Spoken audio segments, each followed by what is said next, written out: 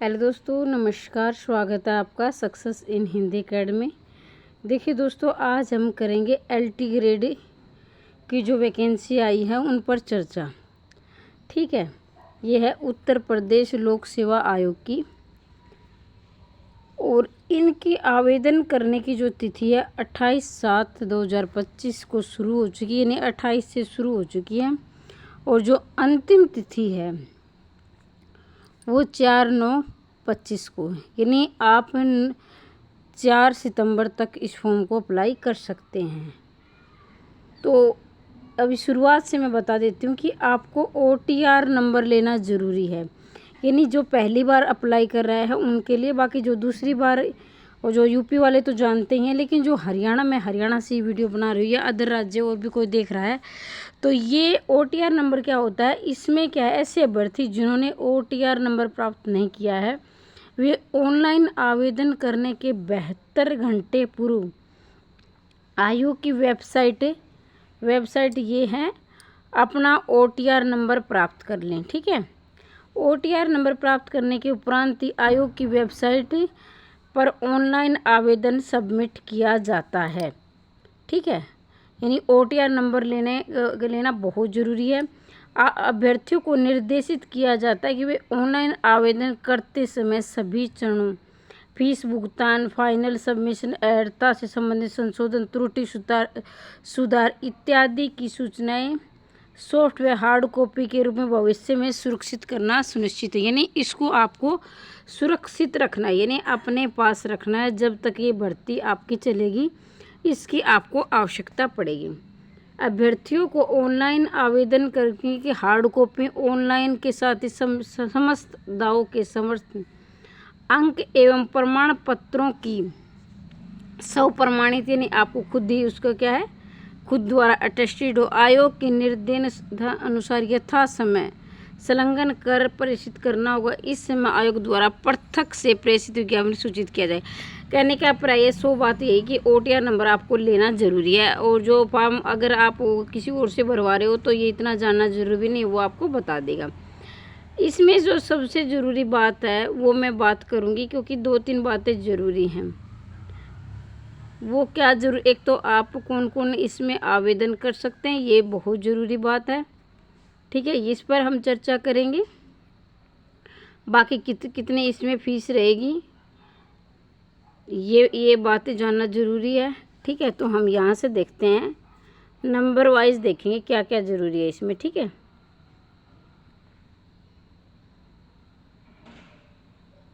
तो ये तो OTR की बात रही।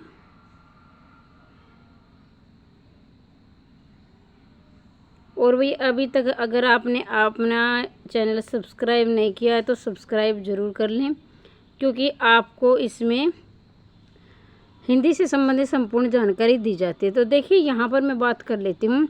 इसमें आपकी जो आयु है वो 40 वर्ष होनी चाहिए। 40 वर्ष से ज़्यादा वाले अभ्यर्थी अप्लाई नहीं कर सकते हैं, लेकिन कुछ कंडीशन है, जैसे अनुसूचित जाति है, अनुसूचित जनजाति है और भी अन्य है, वो अप्लाई कर सकते हैं। तो इसमें मैं एक बात करती हूँ। यहाँ देखो, जो संख्या 22/10 के क्रमानुसार जो आयु आपकी होनी चाहिए, जो शर्तें हैं वो मैं बता देती हूँ। आप इसमें जैसे ऐसे आप एक तो थल सेना में, वायु सेना में है, सक्षम IAS का प्रमाण पत्र करना जरूरी होगा। ठीक है, छोड़ो इनको।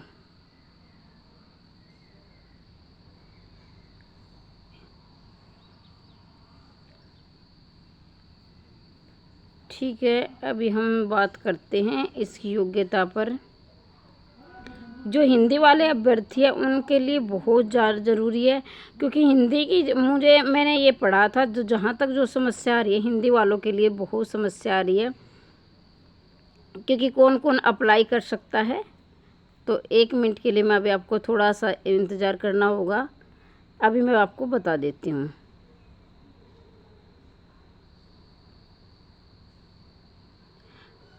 हाँ, यहाँ से देखिए, जो आपकी उम्र का देखिए, 1 जुलाई अभ्यर्थियों को 1 जुलाई 2025 को 21 वर्ष की आयु पूरी करनी चाहिए, यानी 1 जुलाई तक आपकी 21 वर्ष आयु होनी चाहिए। ये शुरुआत की है। बाकी जो 40 वर्ष से अधिक वाले यानी 40 वर्ष वाले हैं उनकी 2 जुलाई से पूर्व यानी 1 जुलाई के बाद की नहीं होनी चाहिए। 1 जुलाई के बाद की मतलब कि कहने का मतलब 1 जून 1985 नहीं होनी चाहिए, यानी 1 जुलाई यानी 30 जून मान के चलें, 30 जून की आपकी जो डेट ऑफ बर्थ नहीं होनी चाहिए। इससे बाद की जैसे अगस्त है इसके बाद की होनी चाहिए, यानी अपना अनुमान लगा के देखना आपकी जो 40 वर्ष से अधिक नहीं होनी चाहिए। कहने का मतलब ये देखो इन्होंने स्पष्ट लिख रखा कि 1 जुलाई 2004 के बाद की नहीं होनी चाहिए, यानी 2 जुलाई वाले अभ्यर्थी अप्लाई कर सकते हैं इस फॉर्म को। ठीक है, अब क्या है अधिकतम उत्तर प्रदेश के, ये सिर्फ उत्तर प्रदेश वालों को ही छूट मिलेगी। जो उत्तर प्रदेश के अनुसूचित जाति है, जनजाति है, पिछड़ा वर्ग है और क्या है ये बेसिक शिक्षा पर ये वाले जो है इनको 5 वर्ष की छूट दी गई है, यानी अनुसूचित जाति है, जनजाति उनको 5 साल की छूट दी गई है। इसके अलावा जो दिव्यांग उनको 15 वर्ष की छूट दी गई है, यानी जो हैंडीकैप है जिसको हम दिव्यांग बोलते हैं उनके लिए 15 वर्ष की छूट है। इसके अलावा जो आयु जो सेना में है, जो भूतपूर्व सैनिक है उनको 3 वर्ष की छूट दी गई है। ठीक है, तो ये वाली छूट वाली बात थी। अब क्या है हम बात करते हैं, अब देखो यहाँ देखो हिंदी वाले आप भी इसको पढ़ सकते हो और मैं ये नोटिफिकेशन सेंड भी कर दूँगी ग्रुप में। जो व्हाट्सएप ग्रुप से नहीं जुड़ा है तो आप जुड़ जाइए, वहाँ मैं भेज दूँगी।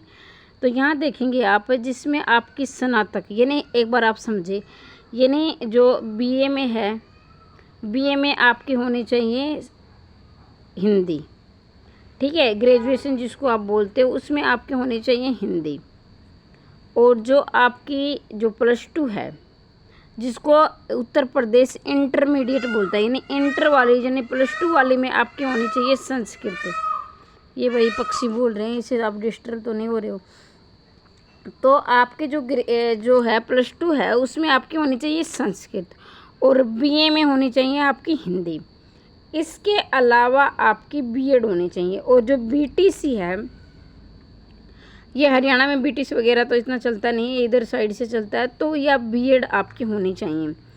ठीक है, इसके अलावा अगर आपने उत्तर प्रदेश में एक संस्कृत का कोर्स होता है या वो कर रखा हो तो आप फॉर्म भर सकते हैं। एक बार फिर से सुन लो, बीए में आपकी होनी चाहिए संस्कृत, नहीं माफ़ कीजिए, +2 में होनी चाहिए आपकी संस्कृत जिसको यूपी वाले इंटर बोलते हैं।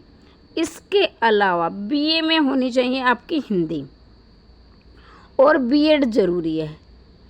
अगर ये नहीं है तो एक साल का जो 2 साल का जो संस्कृत का कोर्स होता है जो यूपी में करवाते तो वो होना चाहिए, लेकिन बीएड ज़रूरी, इस बात का आप विशेष ध्यान रखें। ठीक है, एक बार मैं आपको ये पढ़ के सुना देती हूँ।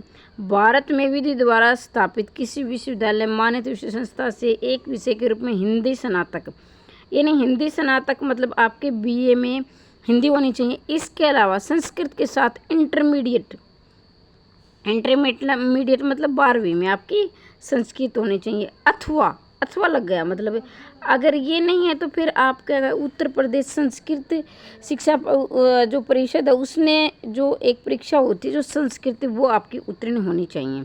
ठीक है, भारत में एनसीईटी मान्यता प्राप्त किसी कोर्स में स्नातक यानी बीएड की उपाधि होनी चाहिए। अगर आपने बीएड नहीं कर रखी तो आप इस फॉर्म को नहीं भर सकते। अगर आपके पास बीए में हिंदी नहीं है तो आप इस फॉर्म को नहीं भर सकते, अगर बीए में हिंदी नहीं। अगर आपके पास +2 में संस्कृत नहीं है तो संस्कृत वाला कोई कोर्स होना चाहिए, अगर वो भी नहीं है तो आप ये फॉर्म नहीं भर सकते हो। ठीक है, अगर कोई, अब मैंने तो कोशिश की आपको समझाने की, फिर भी अगर कोई चीज़ समझ में ना आए तो आप कमेंट के द्वारा ज़रूर बताएंगे। ठीक है, अब मैंने बताया आपको 40 साल से आपकी जो है एज कम होनी चाहिए, इसके अलावा 21 साल से ऊपर होनी चाहिए और ये बताया मैंने। अभी हम बात करते OTR नंबर लेना ज़रूरी है। इसके अलावा मैं बता देती हूँ, अब हम बात करेंगे इसके जो पेपर होगा फीस क्या होगी उस पर चर्चा। तो यहाँ एक बार आप फीस की सुन लीजिए। अनारक्षित मतलब जो जनरल कैटेगरी के हैं उनकी फ़ीस रहेगी आपकी 125 रुपये। ठीक है, उनकी रहेगी 125 रुपये। इसके अलावा अनुसूचित जाति जनजाति उसकी फिर से रहेगी परीक्षा शुल्क 40, ऑनलाइन प्रक्रिया यानी आपकी 65 रुपये। और दिव्यांग की आपकी रहेगी यानी अनुसूचित जाति जनजाति की 65 रुपये। और जो आपकी है आरक्षित अन्य पिछड़ा वर्ग मतलब BC वाले, उनकी रहेगी 125 रुपये। और जो दिव्यांग है उनकी रहेगी 25 रुपये। भूतपूर्व सैनिक है उनकी भी 65 रुपये रहेगी, ठीक है। और स्वतंत्रता सेनानी की आश्रित महिला या कुशल खिलाड़ी अपनी मूल श्रेणी के अनुसार, तो उनके अपने मूल श्रेणी के अनुसार रहेंगी। बाकी इसमें रिक्तियाँ बहुत दे रखी है, हिंदी की कितनी है अलग अलग। तो अब हम बात करते हैं इस पेपर में क्या क्या आएगा, कितने पेपर होंगे और कैसे तैयारी करनी है, उस पर हम चर्चा करेंगे। तो यहाँ देखिए आप, इसमें आपके होंगे 2 पेपर, यानी 2 पेपर होंगे। और जो प्रथम चरण का पेपर होगा यानी जो आपकी जो परीक्षा होगी, मेन की मैं बाद में बात करूँगी, जिसमें आपके वस्तुनिष्ठ प्रश्न होंगे। वस्तुनिष्ठ मतलब OMR जिसमें आप टिक करते हो वो वाले। इसमें आपके 150 नंबर के होंगे, यानी 150 प्रश्न होंगे। माफ़ कीजिए 150 नंबर नहीं, 150 प्रश्न होंगे, जिसमें से 120 प्रश्न आपके सब्जेक्ट यानी आपके विषय के, चाहे जो भी आपका विषय है, मैं हिंदी की बात कर रही हूँ तो हिंदी के 120 क्वेश्चन होंगे। 30 क्वेश्चन आपके होंगे जनरल सामान्य अध्ययन के होंगे।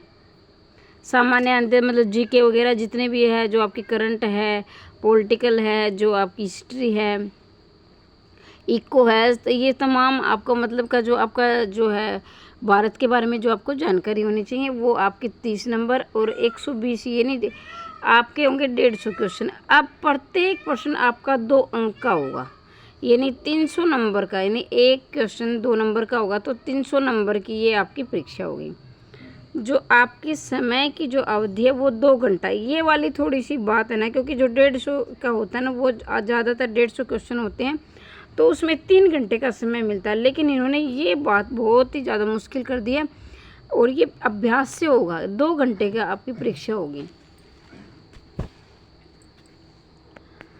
अब 2 घंटे की आपकी परीक्षा होगी, तो उसमें आपका क्या है, 1/3 आपकी नेगेटिव मार्किंग होगी। 1/3 मतलब जैसे आमतौर पर देखा जाता है कि जैसे 1/4 की नेगेटिव मार्किंग होती है, यानी आपने 4 क्वेश्चन गलत कर दिए तो 1 नंबर आपका कट जाता है। लेकिन यहाँ क्या होगा, अगर आपने 3 क्वेश्चन गलत कर दिए तो आपका 1 नंबर कट जाएगा। तो ये थोड़ा सा ध्यान देना है। तो ये वाली ये तो हाँ हो गई आपकी वस्तुनिष्ठ। और इस वस्तुनिष्ठ में भी आपको 40% नंबर लेना ज़रूरी है। 40% कौन लेंगे, जो जनरल कैटेगरी की है, यानी जो अनारक्षित कैटेगरी की है। इसके अलावा जो आगे है SC BC वाले, तो वो लेंगे आपके 35%। अगर आपने ये नंबर लिए तो ही आप अगली परीक्षा में बैठ पाओगे। अगर आपने ये कंडीशन पूरी की तो ही आप दूसरा पेपर दोगे, नहीं तो दूसरा पेपर आप नहीं दे पाओगे, ठीक है। अब मैं बात करती हूँ यहाँ दूसरे पेपर वाले, जो मेन परीक्षा है आपकी, जो लिखित परीक्षा है। तो लिखित परीक्षा में आपके होंगे 20%। 20% में से आपके होंगे 10-10 में बांटे जाएंगे। 10-10 में कैसे होंगे, देख कुल अंक रहेंगे आपके 200 के, यानी ये पेपर आपका होगा 200 नंबर का, 200 नंबर। और इसमें आपके समय होगा 3 घंटे का समय होगा, 3 घंटे का समय होगा, जिसमें से ये देखो खंड 1 संगत पाठ्यक्रम के अनुसार वैकल्पिक मुख्य विषय के प्रश्न पत्र की रचना हेतु 100 रुपये अंकों का विभाजन हेतु मुख्य परीक्षा के सभी प्रश्न अनिवार्य होंगे, 2 खंडों में विभाजित होंगे। प्रश्नों की कुल संख्या खंडवार निम्नलिखित है, यानी कि जो प्रश्न 20 क्वेश्चन होंगे तो आपको 20 के 20 करने होंगे। कोई भी प्रश्न आप इसमें ये नहीं अथवा में नहीं होगा, अथवा ये करो या वो करो, ऐच्छिक नहीं होगा, 20 के 20 आपको करने होंगे। अब देखिए खंड 1 कि 10% लघु उत्तरी उत्तरों की शब्द 125, यानी जो या 125 शब्दों में आपको लिखने होंगे। कितने, प्रत्येक प्रश्न 8 अंक का होगा, यानी शब्द कितने होंगे 125। और आपके जो नंबर कितने होंगे अंक होंगे आपके 8, यानी 8 नंबर का। तो 125 के लगभग आप मान के चलिए कि आप एक पेज में कर दोगे, 1 या 1.5 पेज में। जो हो सकता है कि कोई थोड़ा सा जिसकी राइटिंग थोड़ी सी अपने अपने लिखने का ढंग, कोई नज़दीक लिखता है कोई दूर लिखता है, तो ये मान के चलिए कि ज़्यादा से ज़्यादा 1.5 पेज में 125 शब्द आपके आ जाएंगे। अब दूसरी मैं बात करती हूँ, जो 10% होंगे वो दीर्घ होते। दीर्घ मतलब कि होता है बड़ा, तो इसमें से आपके 200 शब्दों में होंगे, और 200 शब्दों के लगभग आपके मान के चलिए कि अभी आप बढ़ते 1.5 पेज, तो ये 3 पेज या 3.5 पेज के आसपास कोशिश हो जाएगी, ये हो जाएंगे। और ये होंगे 12 अंक के, ऊपर वाले 8 अंक का, और ये है 12 अंक के। यानी मान के चलिए 20% में से 10% आपके छोटे लिखने होंगे, 10% आपको बड़े लिखने होंगे। Total 20 number. अंक कितने हो गए? 200 अंक का टोटल होगा। इसमें आपको सही समय मिलेगा, इसमें आपको 3 घंटे मिल जाएंगे लिखने के लिए, ठीक है। तो ये थी 2 परीक्षा होंगी आपकी, एक आपकी जो है प्री होगी, दूसरी आपकी मेन होगी। और मुझे जहाँ तक लग रहा है कि बहुत सारे अभ्यर्थी तो इसमें ये बाहर हो गए जिनके पास संस्कृत नहीं है, किसी के पास क्या है बीए में हिंदी नहीं है, किसी की उम्र ज़्यादा हो गई है, 40 प्लस हो गई है, तो बहुत सारे, किसी की बीएड नहीं है, बहुत सारे अभ्यर्थी इसमें फॉर्म अप्लाई नहीं कर पाएंगे। तो आपके पास अच्छा मौका है, आप तैयारी शुरू कर दें। अब मैं इसका पाठ्यक्रम भी दिखा देती हूँ कि इसमें आपको क्या क्या पढ़ना होगा, क्या क्या आएगा, ठीक है। और 40% नंबर लेना बहुत बड़ी बात नहीं है, क्योंकि आपका सब्जेक्ट है। तो 120 क्वेश्चन में से तो जो अच्छी तैयारी करने वाले हैं वो 70-80 के पास तो कम से कम ले जाएंगे, ज़्यादा लेने वाले भी। तो इसमें जो आपके लिए चैलेंज है वो लिखित परीक्षा का चैलेंज है, ठीक है। एक बार मैं आपको पाठ्यक्रम दिखा देती हूँ, थोड़ा सा आपको इंतज़ार करना होगा। मैं देख रही हूँ कि क्योंकि बहुत बड़ी पीडीएफ है, तो जो सबको इंतज़ार रहता है, सबसे पहली बात तो आप ये देखो इसमें क्या है। इसमें यानी इसमें पुरुष और महिलाओं के अलग अलग पद निकलते हैं यूपी में, ठीक है ना। इसमें पुरुषों के अलग होते हैं और महिलाओं के अलग होते हैं, जबकि हमारे हरियाणा में ऐसा नहीं होता है। लेकिन मैं आपको दिखा देती हूँ, बहुत ही ज़्यादा अच्छे पद हैं, 568 पद है टोटल। ये क्या है? पुरुषों की संख्या, यानी पुरुष वाले में। तो उसमें से 280 पद किसके हैं? जो जनरल कैटेगरी के हैं। और ईडब्ल्यूएस इसके 56 हैं, और अनुसूचित जो जाति हैं उनके 153 है, और जनजाति है उनके ये आप देख रहे दिव्यांग के 22 हैं, और जो भूतपूर्व सैनिक के 28 हैं।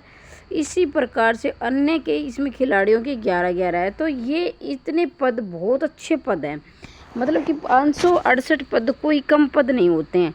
तो पुरुषों के लिए वैसे महिलाएं भी मुझे लग रहा है जहाँ तक कि अप्लाई कर सकती हैं। इसके अलावा मैं आपको महिलाओं के और दिखा देती हूँ। इसमें महिलाओं के देखो आप 119 पद महिलाओं के हैं, जिसमें से 50 पद जनरल कैटेगरी के हैं, ईडब्ल्यूएस की 11 हैं, और अनुसूचित जाति के इसमें 32 है, ये 24, ये 2 हैं।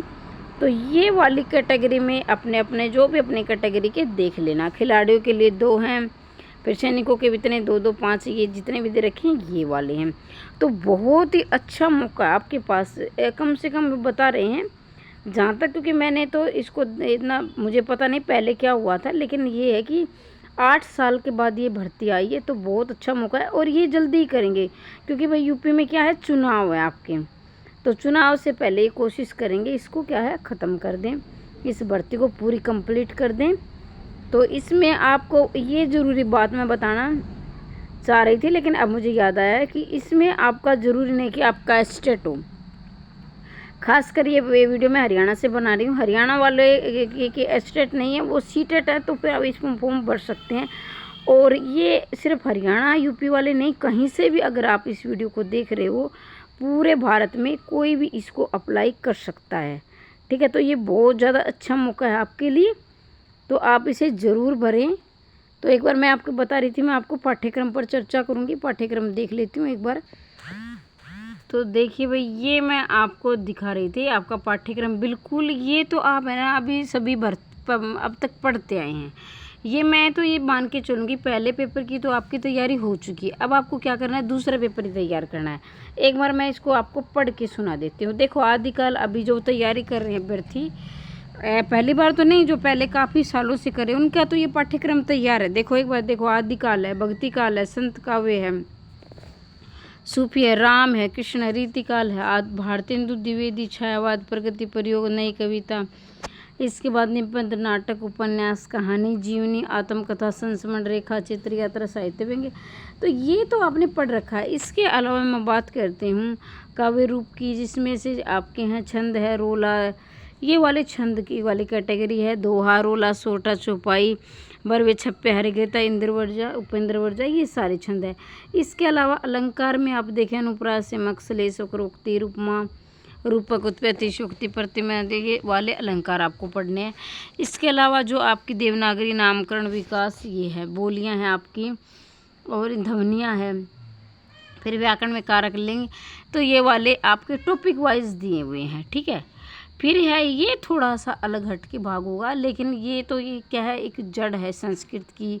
इतना तो आपको सबको संस्कृत के बारे में जानकारी है। कालिदास है, भवभूति, भारवी, मागदंडी, श्रीयश, बाणभट्ट, इसमें आसवर संधि, विसर्ग संधि, व्यंजन, समास, शब्दरूप, सर्वनाम, धातु, ये वाले आपको पढ़ने। इसके अलावा अनुवाद है। तो मुझे जहाँ तक लग रहा है कि आपको संस्कृति नहीं पढ़ी होगी, ये तो आप, मैं मान सकती हूँ ज़्यादा से ज़्यादा आप 2 महीने में इसको तैयार कर दोगे। अब ये बात है कि इसका पेपर कब होगा। इसका पेपर होगा 4 महीने के बाद, इसके पेपर होने की पूरी संभावना है। मान के चलिए कि आप नवंबर दिसंबर तक मान के चलिए, नवंबर दिसंबर होगा तो आप अपनी तैयारी कर दें, और ये भर्ती आपकी कंप्लीट होने के जहाँ तक चांस है, फरवरी मार्च में आपकी ये पूरी भर्ती ये कंप्लीट कर देंगे। यानी आपको एक नए सेशन में अप्रैल में आपकी ज्वाइनिंग भी हो जाएगी। तो ये आपके लिए बहुत अच्छा मौका है, ज़रूर आप इसकी तैयारी करें। इसके अलावा मैं बता देती हूँ कि जिन्होंने 2 शादियाँ कर रखी हैं, मैंने पढ़ा था, ये अभी बहुत बड़ी PDF है, मुझे वहाँ जाना पड़ेगा। 2 शादियाँ कर रखी हैं, यानी पुरुष है, उसकी दोनों महिलाएं जिंदा है, शायद तो वो फॉर्म नहीं भर सकता है। अथवा ऐसी महिला है जिन्होंने ऐसे पुरुष से शादी कर रखी है जिसकी मतलब कि जिसकी दोनों महिलाएं जिंदा है। तो आप कहोगे एक ही बात होगी, एक ही बात नहीं हुई, कैसे हुई कि नहीं, उन तीनों में से कोई भी ऐसा नहीं होगा जो फॉर्म भर सकता है। ठीक है, उन दोनों में से कोई भी ऐसा नहीं है जो फॉर्म भर सकता है। तीनों की टीम, चाहे वो पुरुष हो चाहे महिला हो, किसी प्रकार का भेदभाव नहीं किया जाएगा, वो फॉर्म नहीं डाल सकते हैं अगर वो तीनों जिंदा है तो। ठीक है, अगर भाई उनमें से एक जा चुका है तो वो फॉर्म भर सकते हैं। यहाँ से लिखा था, मैंने देखा था, आपको मैं बता देती हूँ 1 मिनट के लिए।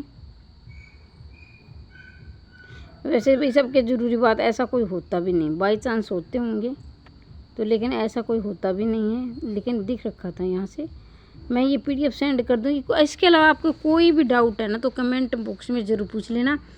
बाकी ऑल इंडिया से कोई भी फॉर्म इसको भर सकता है और अपनी तैयारी शुरू कर दो, बहुत ही अच्छा मौका है। और सिलेबस भी कुछ ज़्यादा नहीं है, जो सिलेबस ये लिख रखा है ना, यही आपको लिखित में लिखना है। ठीक है, लिखने का भी ये कि आदिकाल, भक्तिकाल, ये आप लिख सकते हो। रही बात, मैं बात करती हूँ व्याकरण की, तो व्याकरण तो आप पढ़ते हो, तो जैसे संधि, समास है, ये तो आप वैसे भी इसको जब तक मूल इसको नहीं पढ़ोगे समझ में नहीं आता है। तो इसमें कोई ऐसी लिखने वाली भी बात नहीं है। मुझे जहाँ तक लग रहा है कि ज़्यादा से ज़्यादा आप 3 महीने में ये लिखने वाला भी आप तैयार कर लोगे। अब अगर आप मेरे चाहते हो कि मेरा इसमें क्या योगदान है, मैं इसमें निःशुल्क वीडियो तो डालूँगी, निःशुल्क तो मैं आपकी तैयारी करवाऊँगी। इसके अलावा अगर आपको ऑब्जेक्टिव की, देखो संस्कृत की मैंने नोट्स नहीं बनाए, मैं ईमानदारी से कहूँगी संस्कृत के मेरे पास नोट्स नहीं है, बाकी के मेरे पास नोट्स हैं तो मैं आपको भेज दूँगी। आप 90, लेकिन ये पेड रहेंगे, आप 90 68 68 49 54 पर संदेश भेजकर इसे प्राप्त कर सकते हैं। ठीक है, और वो मैं प्राइस आपको बता दूँगी कि बिल्कुल मिनिमम आपका प्राइस होगा, बहुत ज़्यादा आपका ये प्राइस नहीं होगा, कम से कम में मिल जाएंगे। और आपका ये है कि उसमें पेपर आराम से निकल जाएगा। ठीक है, बहुत ज़्यादा सिलेबस आपका इसमें नहीं है। ठीक है, मैं कह रही हूँ, फिर बता रही हूँ कि ऑल इंडिया से आप कहीं से भी अप्लाई को कर सकते हो अगर आपने ये सारी शर्तें हैं, और अगर आपने CTET क्वालिफाइड कर रखा है, यानी BEd है, BEd है तो आपके पास तो BEd ज़रूरी, इसमें कोई डिग्री वगैरह की यानी CTET है, HTET है, ये ज़रूरी नहीं है इसमें। तो ये बहुत अच्छी है, क्योंकि बहुत सारे अभ्यर्थी ऐसे हैं जिनके कि ऐसे रह जाते हैं कि हमारा टेट नहीं है, हमारा टेट नहीं है, या यूपी टेट नहीं है, MP टेट नहीं है, टेट वाली दिक्कत आ जाती है। इसमें कोई टेट की दिक्कत नहीं है। और जल्दी ही बोल रहे हैं कि GIC की वैकेंसी भी आने वाली है, जिसके पास स्नातक में यानी आप मान के चलिए BA में जिसके पास संस्कृत है, तो उनके लिए भी बहुत अच्छा मौका आने वाला है। तो ये जानकारी आपको कैसी लगी कमेंट के माध्यम से ज़रूर बताएं। और इसी प्रकार की जानकारी प्राप्त करने के लिए चैनल को सब्सक्राइब अवश्य कर लें, ठीक है। और मैं चाहती हूँ कि इसी साल आपकी गवर्नमेंट जॉब लग जाए। हमेशा हंसते रहिए, मुस्कुराते रहिए, दिन दोगुनी रात चौगुनी उन्नति करते रहिए। मिलते हैं अगली वीडियो में, तब तक के लिए जय हिंद, जय भारत।